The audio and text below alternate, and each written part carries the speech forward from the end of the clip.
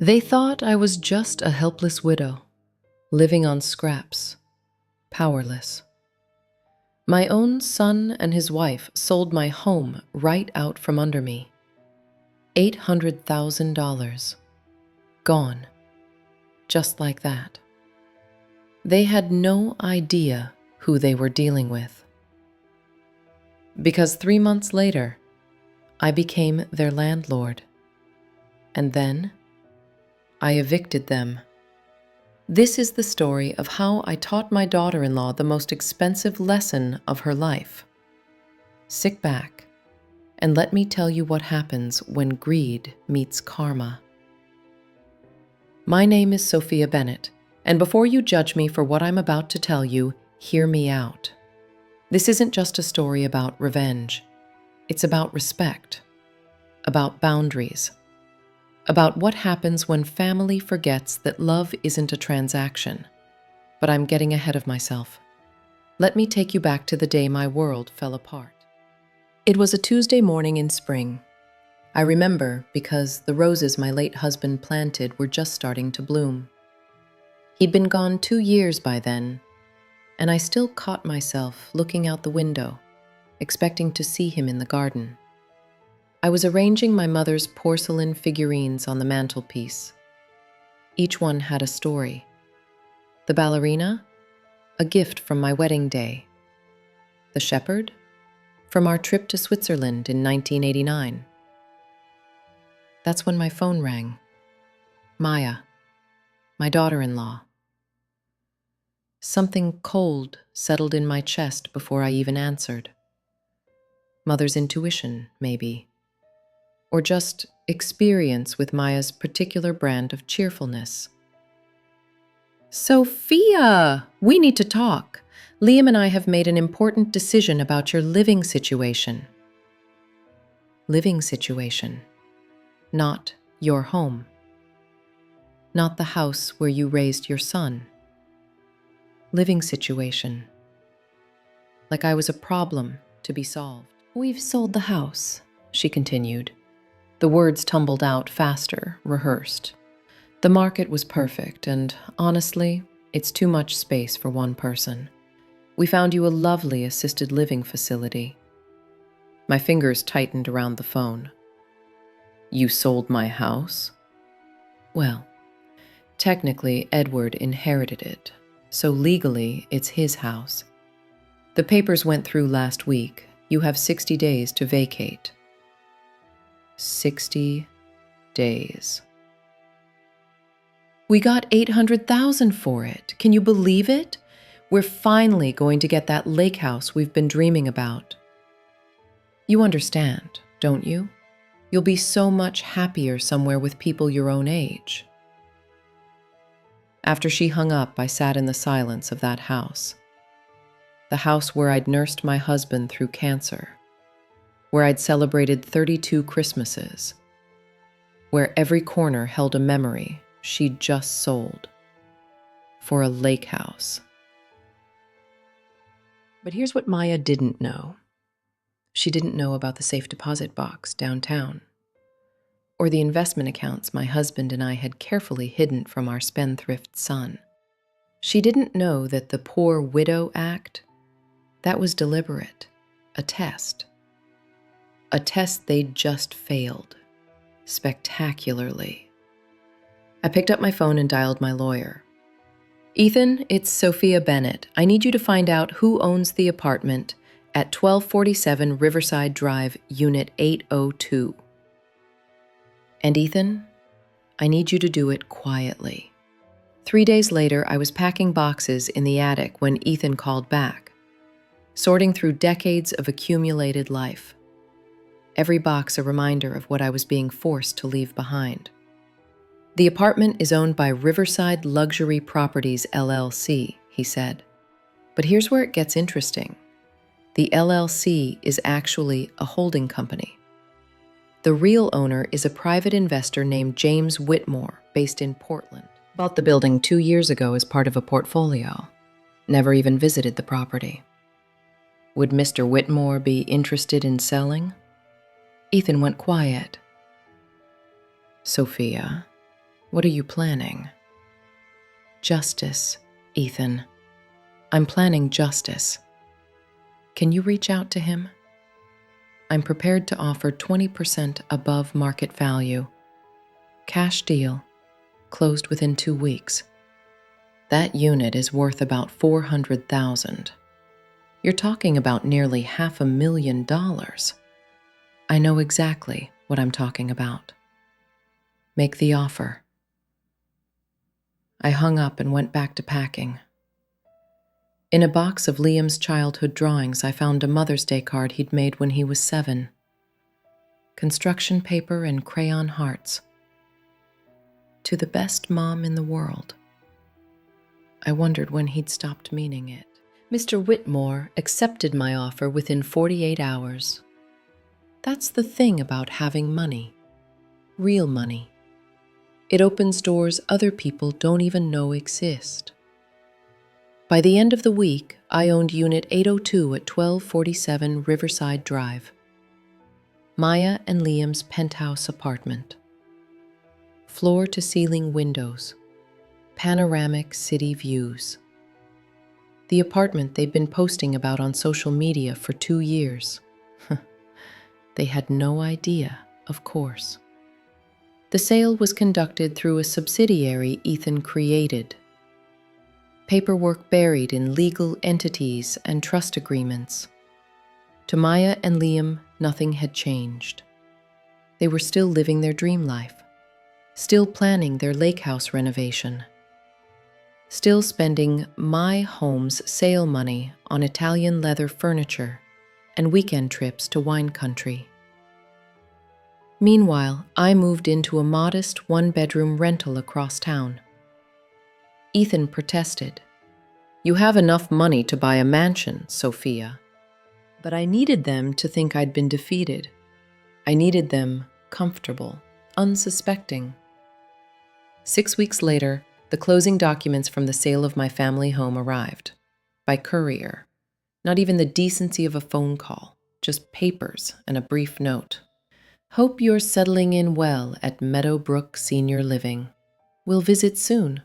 Love, E and A." They never visited. I waited 3 months, long enough for them to feel secure, for the guilt to fade, for them to forget about the mother they'd displaced. I watched from a distance as Maya posted photos on social media, their new Peloton bike, a weekend in Napa Valley, Liam's promotion at the firm. Her captions were always the same.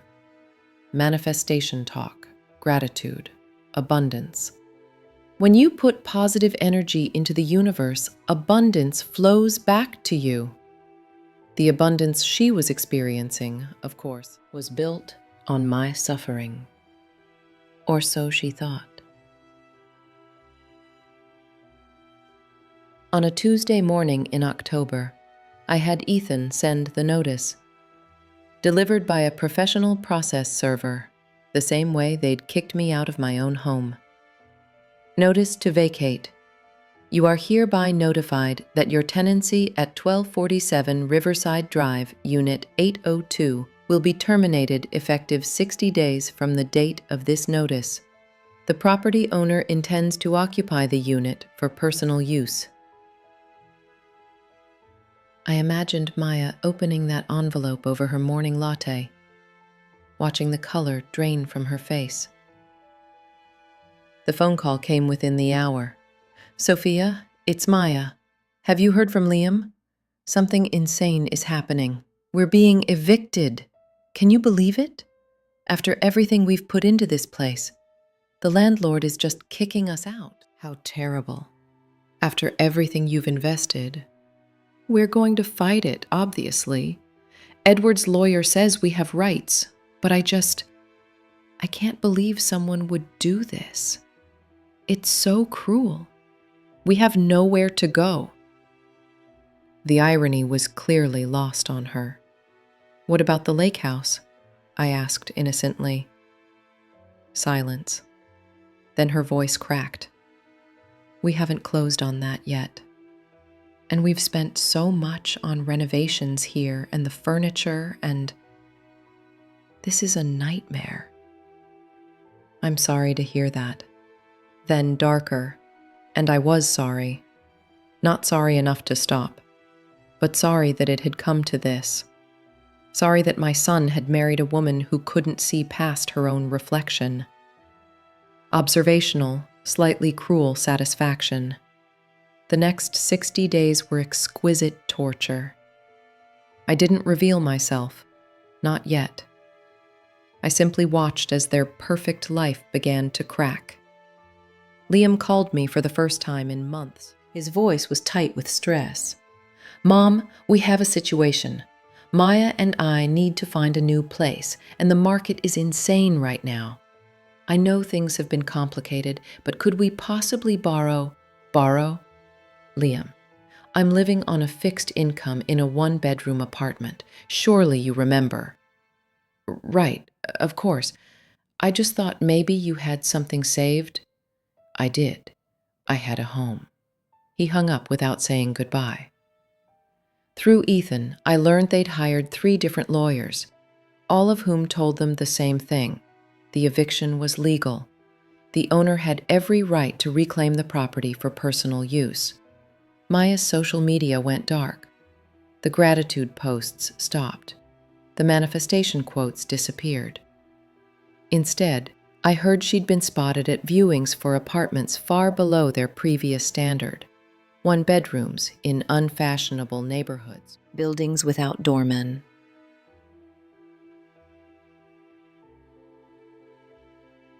The lake house deal fell through. They'd already spent the down payment. Moving day arrived. I showed up at 1247 Riverside Drive at exactly 9 a.m.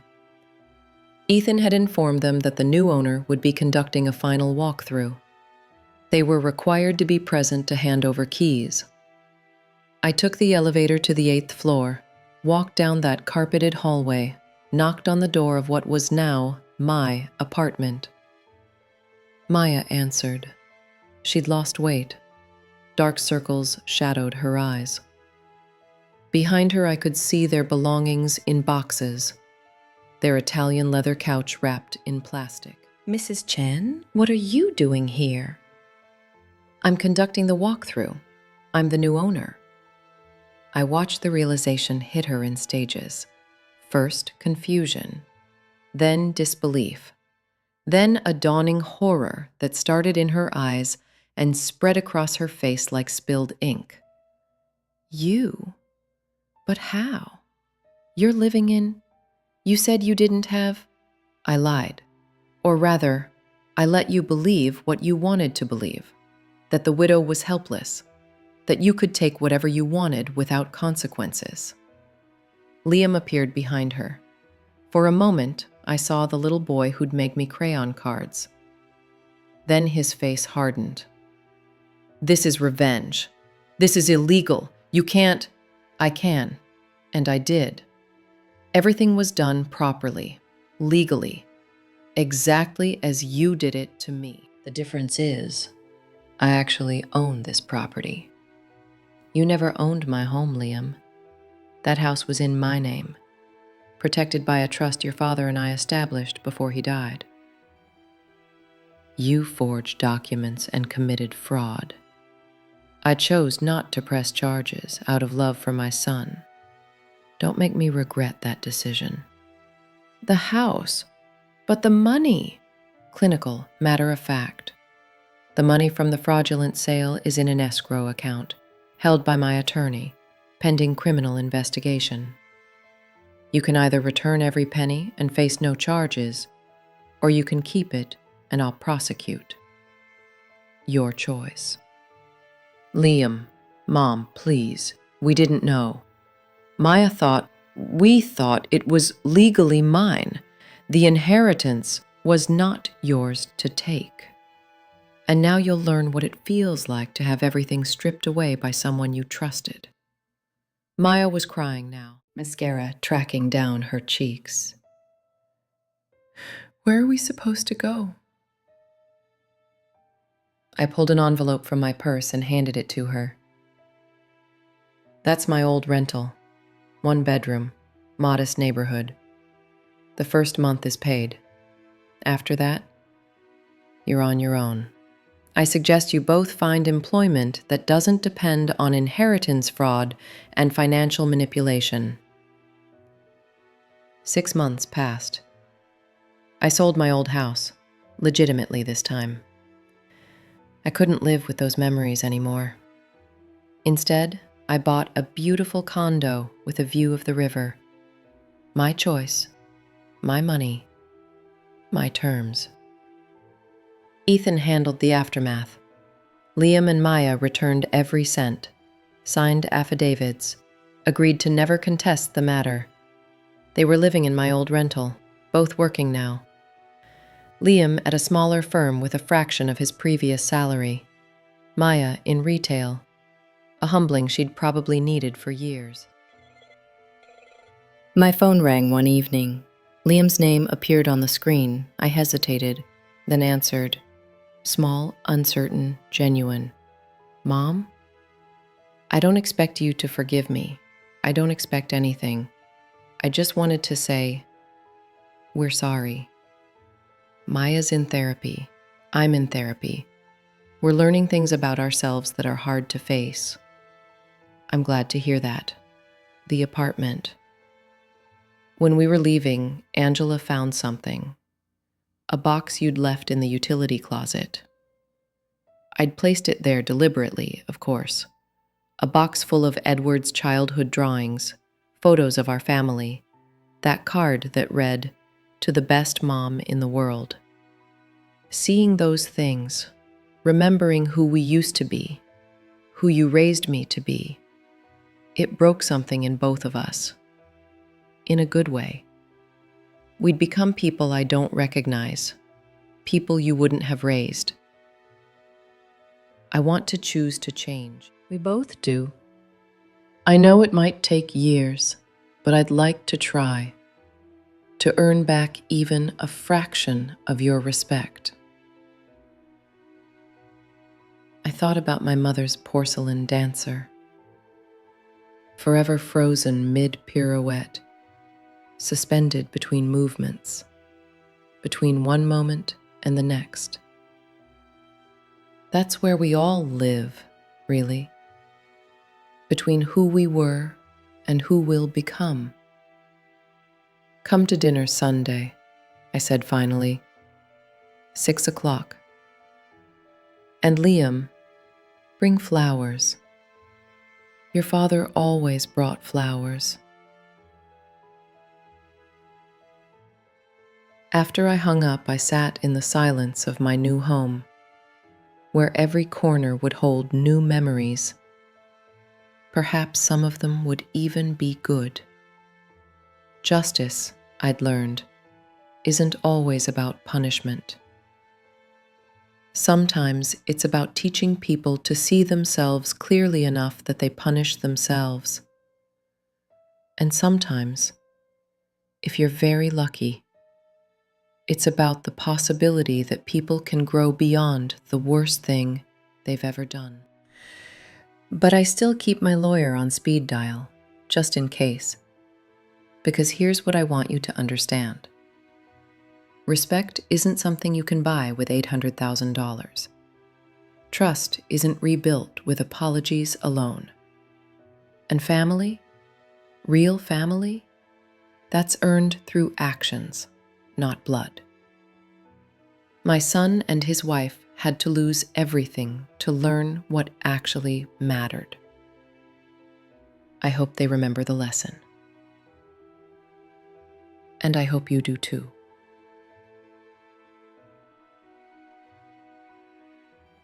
Thank you for listening to The House That Karma Built. If this story resonated with you, or if you've ever dealt with family betrayal, drop a comment below. I'd love to hear your thoughts.